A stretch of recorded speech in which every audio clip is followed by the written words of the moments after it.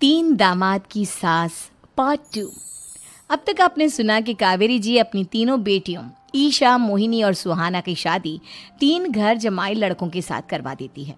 उन्हें लगता है कि ये लड़के शायद घर का कामकाज संभाल लेंगे, लेकिन उनके तीनों घर जमाई बहुत आलसी थे। वो नौकरी भी नहीं करते थे और बाहर का काम भी नहीं। कावेरी जी ने अपनी बेटियों से कहा कि वो प्रेगनेंसी का बहाना बनाकर अपने पतियों को सबक सिखाए। अब सुनिए आगे। मम्मी, आपने जैसा कहा था हमने वैसा ही किया, लेकिन देखिए ना, विवेक का हाल तो वैसा का वैसा ही है। घर में ना सुबह का नाश्ता बनता है और ना खाना। नौकरी पर जाने की बात करूं तो खाने को दौड़ते हैं मुझे। हाँ मम्मी, मैंने भी सुमित को कितनी बार कहा कि अगर नौकरी नहीं करनी तो कोई छोटी सी दुकान ही खोल लो, घर का खर्चा कैसे चलेगा। देखो दोपहर के 12 बजने आए और जनाब अभी तक सो रहे हैं। हाँ मम्मी, ईशा और सुहाना ठीक कहती हैं। अविनाश का भी यही हाल है। जब मैंने अपनी प्रेगनेंसी के बारे में कहा तो मुझसे कहने लगा, अरे दूसरी लड़कियां तो 9-9 महीने तक नौकरी करती है, बस डिलीवरी के टाइम छुट्टी लेती है। मोहिनी, तुम भी नौकरी करो। अब मुझे कहाँ नौकरी मिलेगी। मम्मी बताओ अब मैं क्या करूँ। हे भगवान, क्या सोचकर घर जमाई दामाद लाई थी मैं कि मेरी बेटियां मेरे पास रहेंगी और खुश रहेंगी, लेकिन इन आलसी दामादों ने तो हमारी जिंदगी को भी प्रॉब्लम में डाल दिया है। मैं तो कहती हूँ मम्मी, हम लोग वापस अपनी जॉब पर जाना शुरू कर देते हैं। बता देते हैं इन लोगों को कि हमने प्रेगनेंसी का बहाना किया है। नहीं नहीं बेटा, ऐसी गलती भी मत करना। अगर तुमने ऐसा किया तो इन तीनों की आदत और ख़राब हो जाएगी। अरे आज नहीं तो कल कभी तो तुम प्रेग्नेंट होगी, तब वापस यही प्रॉब्लम आएगी। तब क्या करोगी तुम तीनों। हाँ मम्मी, आपकी बात तो बिल्कुल सही है। इन लोगों को तो सुधारना ही पड़ेगा। लेकिन कैसे? अपने बच्चों के आने की खबर सुनकर भी इन लोगों पर कोई असर नहीं हो रहा। पैसे कमाने के लिए घर से बाहर निकलना ही नहीं चाहते ये तीनों। अब मेरे दिमाग में एक प्लान आया है।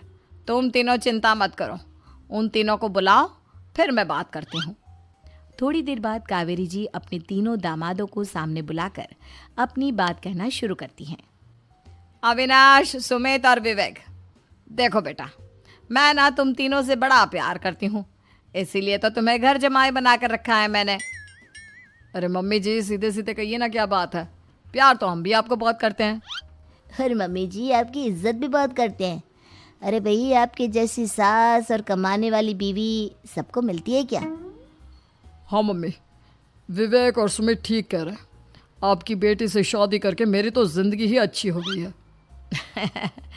जानती हूँ मैं, और ये भी जानती हूँ कि तुम तीनों अपने अपनी बीवियों से बहुत प्यार करते हो। बेटा, बात ऐसी है कि हमारे कुल गुरु ने कहा है कि प्रेग्नेंट होने के बाद मेरी तीनों बेटियां शुरू के 4 महीने हमारे गांव में जाकर रहेगी, जहां मेरे चाचा जी रहते हैं। अरे लेकिन क्यों मम्मी, गांव में जाकर रहने की क्या ज़रूरत है इन तीनों को। वो क्या है ना बेटा, हमारे परिवार को एक श्राप है। अगर मेरी बेटियों ने यहाँ पर बच्चा पैदा करने की कोशिश की तो उनके बच्चों को कुछ भी हो सकता है। इसलिए अब से लेकर 4 महीने पूरे होने तक इन्हें गांव वाले घर में रहना पड़ेगा। हाँ तो इसमें प्रॉब्लम क्या है मम्मी जी? हम भी वहाँ जाकर रहेंगे, पिकनिक मनाएंगे। अरे भाई, बीवी जहाँ हम भी वहाँ। हाँ यार, आइडिया तो बहुत अच्छा है। शहर की ज़िंदगी में रह रहकर परेशान हो चुके हैं, अब कुछ दिन गांव में बिताएंगे। तुम लोग समझने की कोशिश क्यों नहीं करते। तुम में से कोई भी वहाँ नहीं जा सकता, और मैं यहाँ रहूँगी ना तुम तीनों के साथ। 4 महीने की तो बात है, उसके बाद ये तीनों ही लौट कर आ जाएंगी। ठीक है मम्मी जी, अब हमारे बच्चों का सवाल है तो ये तो करना ही पड़ेगा।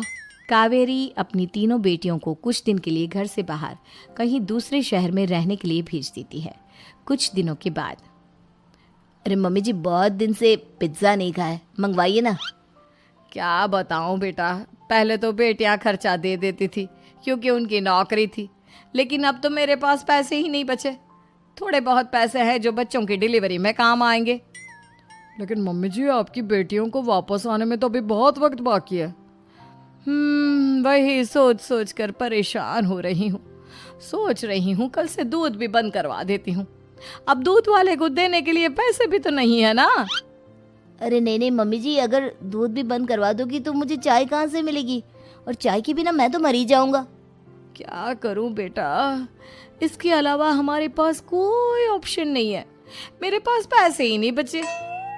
इस तरह कावेरी जी धीरे धीरे अपने तीनों दामादों को पैसे देना बंद कर देती हैं और घर में खाने पीने की चीजें लाना भी बंद कर देती है। अब वो तीनों बुरी तरह से परेशान होने लगे थे और इसलिए एक दिन तीनों प्लान करके घर से बाहर निकलते हैं और बाजार में जाने के बाद यार अच्छा खाना खाए हुए कितने दिन हो गए, पता नहीं कब अच्छा खाना मिलेगा। हमारी बीवियों के जाने के बाद तो हमारी हालत भिखारियों जैसी हो गई है यार। कुछ भी हो, मुझे तो आज पिज्ज़ा खाना ही खाना है।